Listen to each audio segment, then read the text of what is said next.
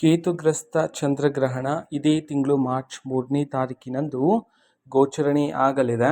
ಇದಕ್ಕೆ ಸಂಬಂಧಪಟ್ಟಂತೆ ರಾಶಿ ಫಲಗಳನ್ನು ಈ ವಿಡಿಯೋದಲ್ಲಿ ನಾವು ತಿಳ್ಕೊತಾ ಹೋಗೋಣ. ಸೊ ವಿಡಿಯೋವನ್ನು ಸ್ಟಾರ್ಟ್ ಮಾಡ್ತೀನಿ. ಅದಕ್ಕಿಂತ ಮೊದಲು ನೀವಿನ್ನೂ ನಮ್ಮ ಚಾನೆಲ್ಗೆ ಸಬ್ಸ್ಕ್ರೈಬ್ ಮಾಡದೇ ಇದ್ರೆ ಈ ಕೂಡಲೇ ಚಾನೆಲ್ಗೆ ಸಬ್ಸ್ಕ್ರೈಬ್ ಮಾಡ್ಕೊಳ್ಳಿ ಮತ್ತು ಲೈಕ್ ಮಾಡಿ. ಸೊ ಈಗ ನಾವು ಮಾಹಿತಿಯನ್ನು ತಿಳ್ಕೊತಾ ಹೋಗೋಣ.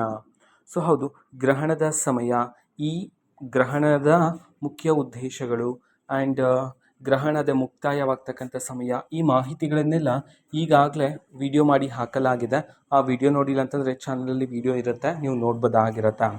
ಸೊ ಈ ವಿಡಿಯೋದಲ್ಲಿ ನಾವು ರಾಶಿ ಭವಿಷ್ಯವನ್ನು ತಿಳ್ಕೊತಾ ಹೋಗೋಣ. ಸೊ ಯಾವ ರಾಶಿಗಳಿಗೆ ಶುಭ, ಯಾವ ರಾಶಿಗಳಿಗೆ ಅಶುಭ ಇರುತ್ತೆ ಅನ್ನೋದನ್ನು ಈಗ ನಾವು ತಿಳ್ಕೊತಾ ಹೋಗೋಣ. ಸೊ ಕೇತುಗ್ರಸ್ತ ಚಂದ್ರಗ್ರಹಣ ಮುಗಿದ ನಂತರ, ಓಕೆನಾ. ಸೊ ಮೊದಲಿಗೆ ಯಾವ ರಾಶಿಗಳಿಗೆ ಶುಭ ಆಗಲಿದೆ ಈ ಕೇತುಗ್ರಸ್ತ ಚಂದ್ರಗ್ರಹಣದ ಮುಖಾಂತರ ಅಂತಂದ್ರೆ, ಸೊ ಮೊದಲನೇ ರಾಶಿ ಬಂದ್ಬಿಟ್ಟು ಮಿಥುನ ರಾಶಿ, ನಂತರ ತುಲಾ ರಾಶಿ, ವೃಶ್ಚಿಕ ರಾಶಿ ಮತ್ತು ಮೀನ ರಾಶಿ.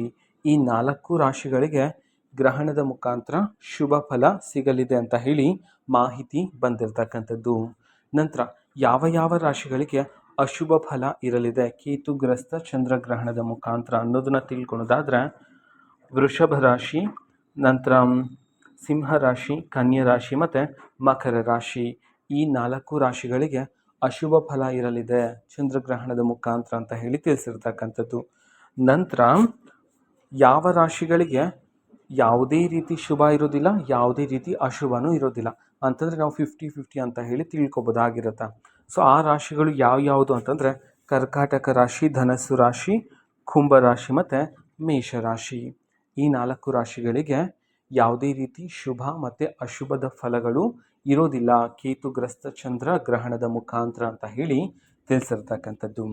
ಓಕೆನಾ. ಸೊ ಇದು ಇವತ್ತಿನ ಒಂದು ವಿಡಿಯೋ. ಸೊ ಇದೇ ರೀತಿ ಎಲ್ಲ ತರಹದ ಅಪ್ಡೇಟ್ಗಳು ನಿಮಗೆ ಈ ಒಂದು ಚಾನಲಲ್ಲಿ ಇಮಿಡಿಯೇಟ್ಲಿ ಸಿಗ್ತಿರುತ್ತೆ. ಅದಕ್ಕೋಸ್ಕರ ನೀವಿನ್ನೂ ನಮ್ಮ ಚಾನೆಲ್ಗೆ ಸಬ್ಸ್ಕ್ರೈಬ್ ಮಾಡದೇ ಇದ್ರೆ ಈ ಕೂಡಲೇ ಚಾನೆಲ್ಗೆ ಸಬ್ಸ್ಕ್ರೈಬ್ ಮಾಡ್ಕೊಳ್ಳಿ.